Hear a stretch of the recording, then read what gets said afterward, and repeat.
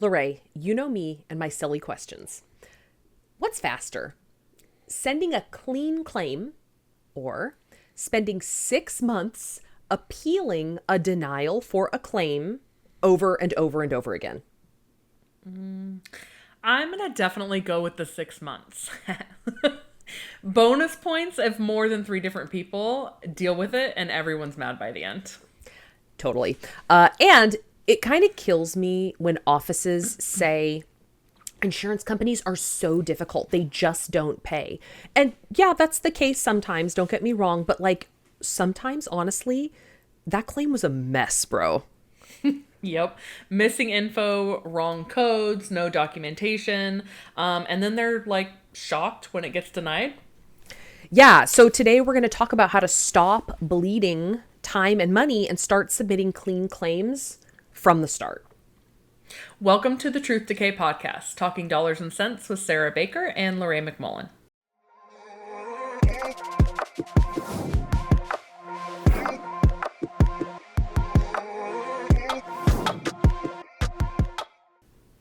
So, as is so often with our podcasts, if you've heard some, this will not sound unfamiliar, but this episode is about systems, not blame, right? So we want to talk about how clean claims, they protect your money, your team, and your sanity. Yeah, because a clean claim, it's not about luck. It's built with purpose. Yes, it is purposeful. That's 1,000% right. So let's start with the basics. What are we talking about when we say clean claim, right?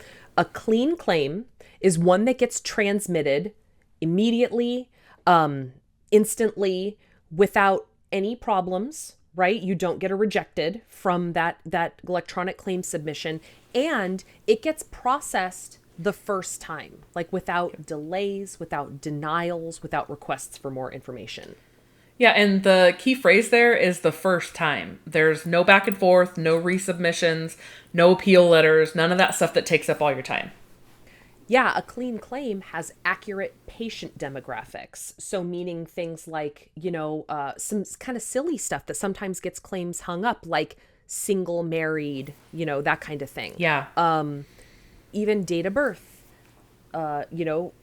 subscriber ID number, those kind of things. So like patient demographics, correct insurance information. We're talking about group numbers. We're talking about, again, subscriber ID. We're talking about like which insurance you're sending it to, if there's multiple different ones, right? Proper CDT codes.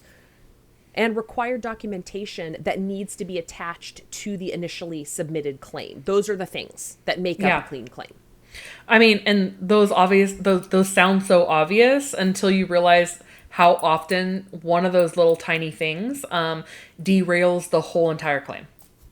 Yeah, so like outdated CDT codes, for instance, right? If you have a CDT code on there that last year was active, but this year is no longer active, and it goes on the claim, sometimes that will outright reject the entire claim. And like, you're going to have to do some digging to figure out why this claim isn't processing, right? When really that's involved in sending a clean claim, is using the correct CDT codes.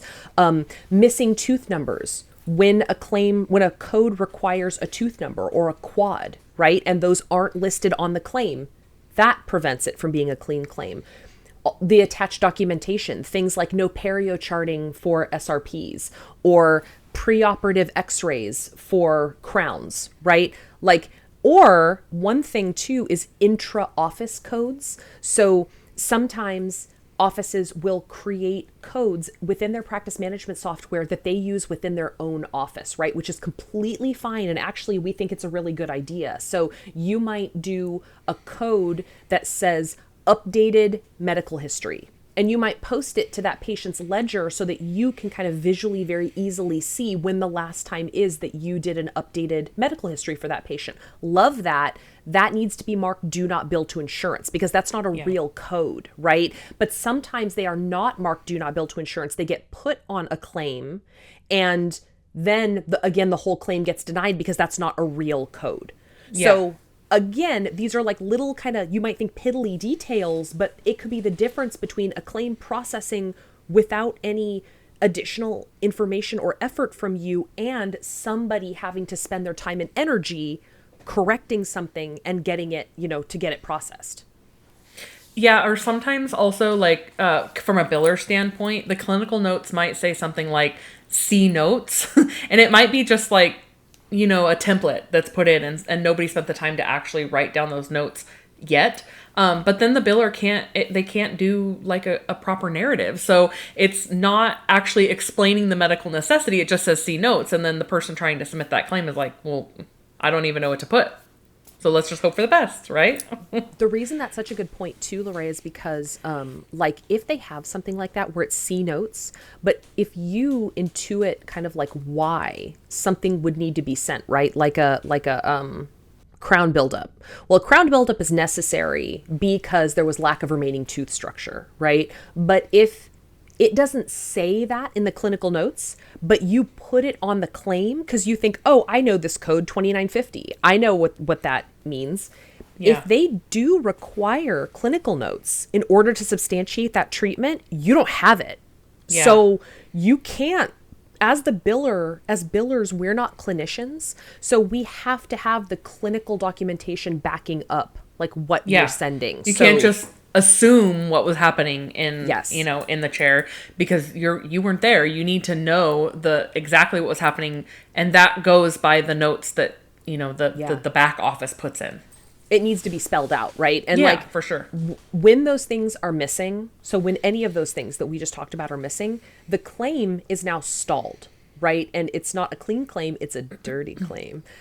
So it gets denied outright or rejected, right? Like, so sometimes you get a denial, and that denial then would kind of give you a starting point to go, oh, it's denied. Let's go look. Sometimes your claim is just straight up rejected. They won't even process it internally. So you'll have to discover that claim was rejected by doing your insurance aging follow-up, right? Because you're not getting something from the insurance company in that instance. You are having to kind of spend your time and effort working your insurance aging report to get to the bottom of it.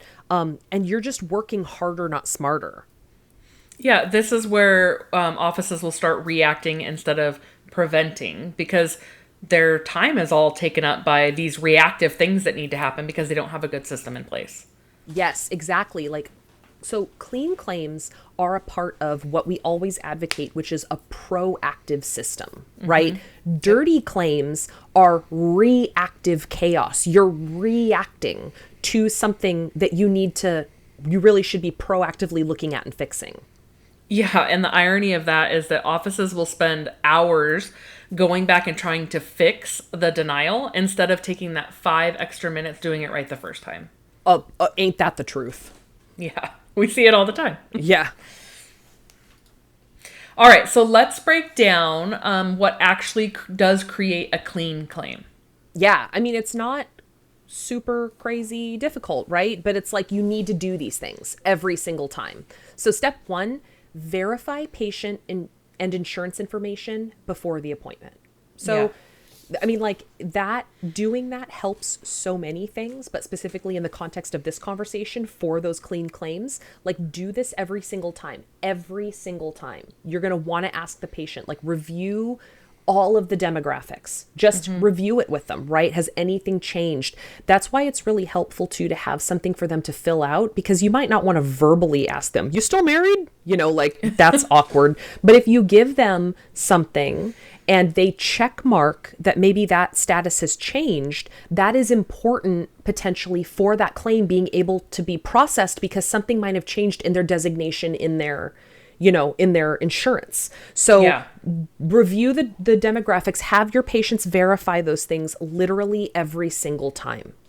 Yeah, because eligibility changes constantly, which is kind of why we are always trying to advocate for a targeted appointment approach, where you're checking that verification each time the patient is coming in. Assuming coverage, it's really just how claims die. Like you're asking for something to happen. Absolutely, yes. So step 2, accurate coding. Current CDT codes, right? We talked about this a little bit earlier, but you do need to make sure that the codes that you are using are still active year over year, Yeah. right? This was a million years ago for those of us that were in the industry, but like when they stopped using the cleaning and fluoride bundle code and you had to like separate out cleaning and fluoride, like that was a big hump for us dinosaurs to have to get over, right? And to stop, partly because too, like so many appointments had been pre-scheduled and like pre-set with those codes that you have to make sure that you're looking at it and you're like, oh, that's an outdated code, that's going to get rejected, right? So you've got to use current CDT codes. Make sure they're all valid codes, not intra-office codes like we talked about before, and not old codes that are inactive. So like, don't guess. This is just something that you need to be aware of, and maybe have somebody in your office that's responsible for knowing these things, reviewing them at the top of every year. But you need to know what the appropriate codes are for the treatment that you're providing. Yeah, incorrect or outdated codes are one of the biggest rejection reasons, and they are totally preventable. One of the little things that Sara and I were discussing just a couple of days ago was in EagleSoft, it kind of allows you to post an anterior or posterior procedure code to the wrong tooth number, right? So Yes. like opposite. So it's something that it's pretty common that the office won't notice, and then the biller will send the claim out, and then it could get rejected just because they've got the wrong tooth number or really the wrong code for that tooth number. I know that some softwares will catch that and they won't let you send it. And I also know that in EagleSoft, even though it lets you do that, if you're using Vine and you pull it into Vine, Vine will give you a flag, like a failure of that claim. But then that's still taking extra time because you have to go back into EagleSoft. That's right. And you have to delete it out of Vine. And you have to go back into EagleSoft and you have to re-walk it out the correct way. And, it's still taking time. So really just like taking that extra 5 minutes to check the procedures that were actually done on every patient. It's a huge difference. Honestly, just as a tip too, like, that extra 5 minutes, what that could look like is reviewing your day sheets, right? Like review your day sheet and just kind of like, not only are you reviewing it to make sure that all of your fillings, that 2 surface filling that was treatment planned hadn't actually turned into a 3 surface, right? And you want to catch that. You want to make sure that it's accurately recorded and that you're billing appropriately, but that you're also making sure that your codes look okay, right? Because again, that 5 minutes, like you just said, that you're spending right now is not a half an hour of work 4 weeks down the line when you're following up on that claim. You want it to process as efficiently and fully as possible and get your money and get that claim, resolved. Yeah. Instead of making more work. 100%. So step 3 is going to be documentation. So send everything that the carrier typically asks for with the initial submission. Yeah, we're talking x-rays, perio charts, clinical notes, narratives when they're needed.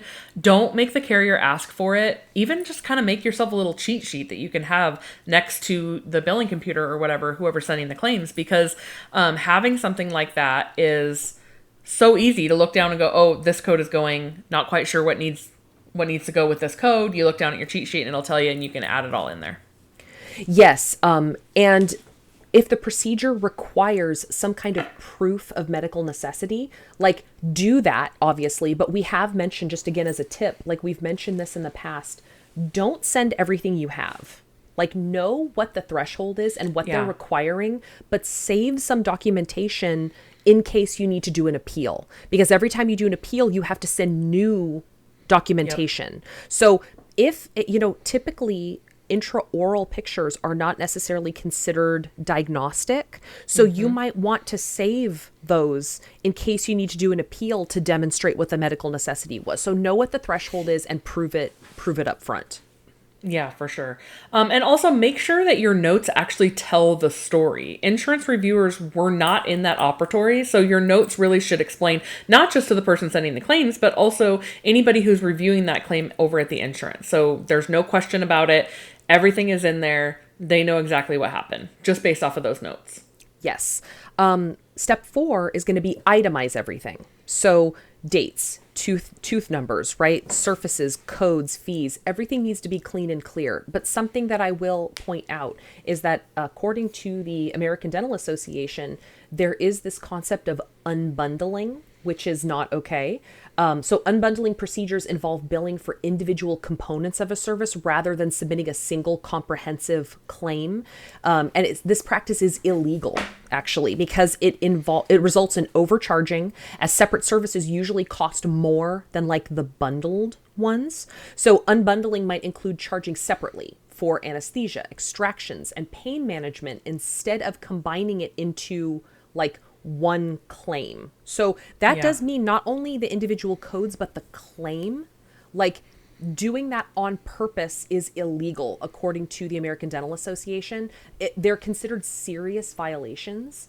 So it's just important for you to know if you really think about it, no matter what you're providing, whether it's a general practice, whether it's orthodontics, whether it's periodontics, you don't really have that crazy many codes that you work with on a daily basis, right? Like you really don't. It's not like medical billing where there's literally like thousands of codes and modifiers and diagnosis codes, right? We're not dealing with that in dentistry yet.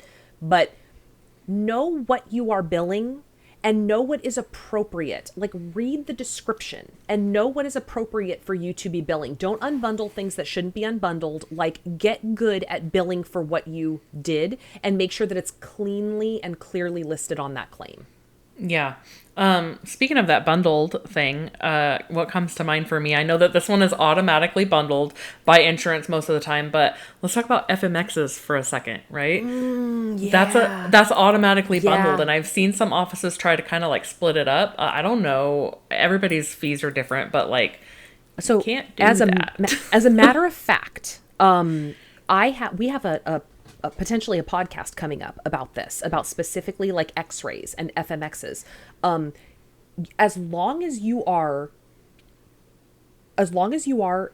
like listing what you actually intend to charge for, but if you took some x-rays and you don't intend to charge anything for those and you're posting them as zero fees, it's okay to do that. You are like, if you took 4 bite wings and then you took like 8 PAs, right? The issue is the fees.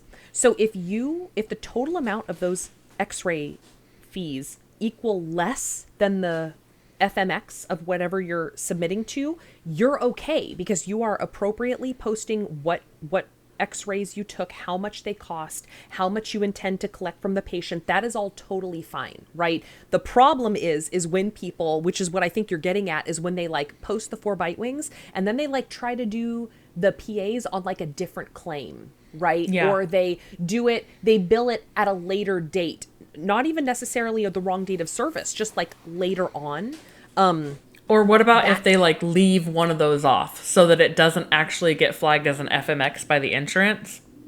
Well, so it's all about the fees, right? The fees are the problem. It's not necessarily the amount, right? Because you could do, I believe an FMX is 18 images. You could do 10 images and hit the threshold monetarily for an FMX, right? Yeah. So it's not the amount, it's not the amount of x-rays, it's the value, the actual charge of those things. So again, if you do 4 bite wings, because 4 bite wings are included in FMX, and then you do an additional 6 PAs, and if all of those equal more than what the FMX, the insurance company is going to bundle it, and they are going to turn that into an FMX, and they're going to process it with the same processing policies and limitations. Yeah, frequency right? limitations, right? Exactly. Mm-hmm. But if you charge for the 4 bite wings, and then you list out, because say you didn't do an FMX, you did 4 bite wings and then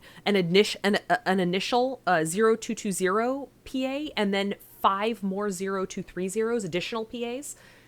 As long as you are not charging for more and you're zero charging some of those, you're totally fine to do that. I think we should absolutely do a podcast on that. Yeah, that's I think that is a very common thing that happens in insurance in offices. Yeah. Yeah. Yeah. So realistically, let's kind of get back. I got us a little sidetracked there. No, that's a good one. Ambiguity, it slows everything down when we're talking about claims. So don't be vague. Be very clear on what you did and why you did it. Yeah, absolutely. Good rule of thumb. Step 5 is going to be provider information. So we have absolutely talked about this on previous podcasts as well.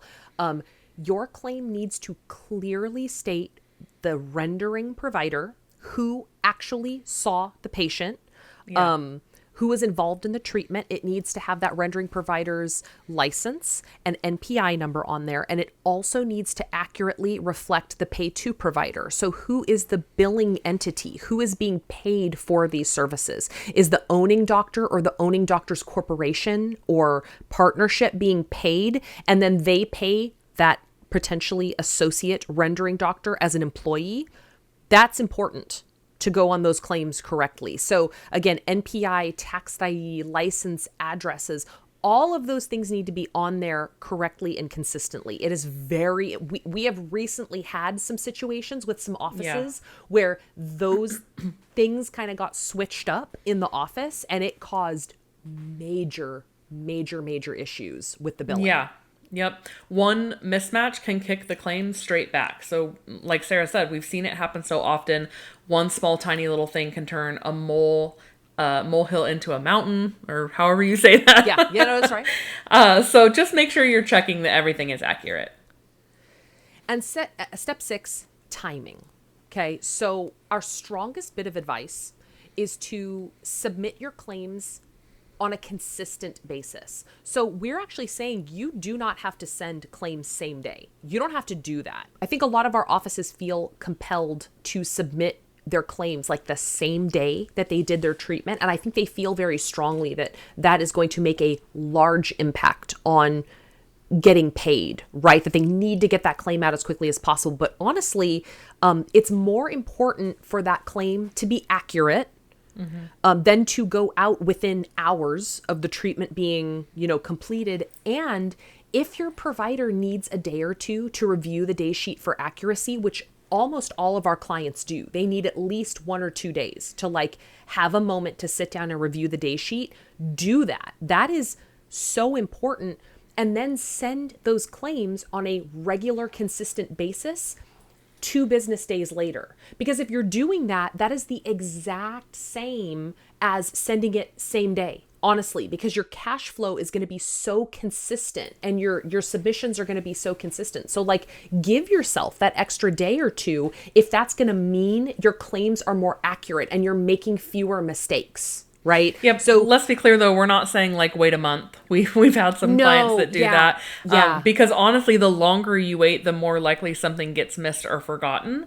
But, Absolutely. Like Sara's saying, take a couple of days to really make sure it's if you need a couple of days, but don't be rushing getting it out the same day. Yeah. Try to do it the next day. If next day doesn't Absolutely. work and you need to do it the day after, that's fine too. But create that system and do it the same way every single time consistently. Absolutely. Yep. Agreed. So let's talk about why this actually matters. Faster payments means predictable income, and predictable income means a lot less stress, especially for that practice owner. Absolutely, because dirty claims, they cost money, right? Staff time, follow-ups, appeals, write-offs. That's money. Yeah, and they create patient frustration when bills get delayed or corrected later. Real talk, what we're advocating here is, again, examining a process, making sure that you're doing some things correctly, because this is revenue cycle management at its simplest. Do it right the first time. Stop normalizing rework as just part of dentistry, because it's not. Doing it right the first time, that's what's going to get you in a consistent pattern. That's what we do, right? Yeah. It's doable. Okay, LaRae, so what are 2 action steps that our listeners can do right now? Audit one denied claim from last week. See what was missing on the submission. See if you can kind of figure out if that's a pattern possibly. But yeah, just take one denied claim from last week, look and see what was missing on the submission, and maybe that can give you an idea of what you can improve on, making sure everything is in the system and ready to go before those claims go out. Yeah, definitely. And the second thing you should do is perhaps create a procedure-specific documentation checklist for common claims that you send in your office. Because Yeah. again, like we said, right, depending on what kind of dentistry you do, you're really not working with that crazy many codes. Yeah. So really think about all of the procedures that you send, and maybe even look to see if you're getting denials for certain things, and realize, like, if we just remember that with every single SRP claim, we need to send do, right? Yeah. With every single crown claim, we need to send do. If you do that, you're probably going to save yourself quite a bit of time, and maybe you won't even need to like refer to the list at a certain point. You'll just know it. It But starts the- becoming memorized, but I mean, but it's the there exercise of if you doing need it it. is Yeah. yes, exactly. So Yeah. like those are two things that you should absolutely do, like right now. Yeah. So, Sarah, what are our top takeaways for today? I'd say a clean claim is built.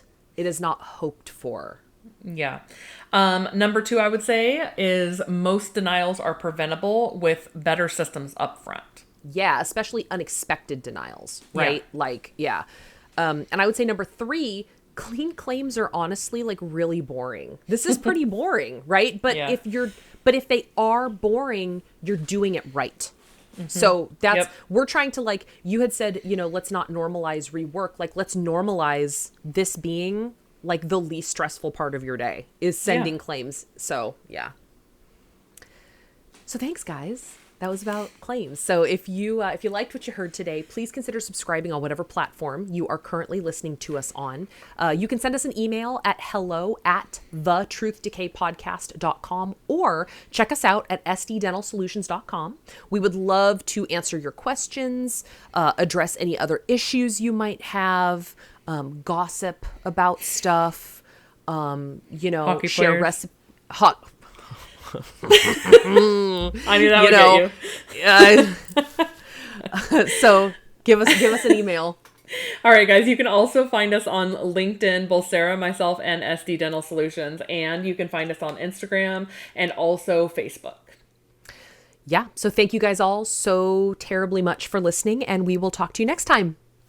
Bye. Bye.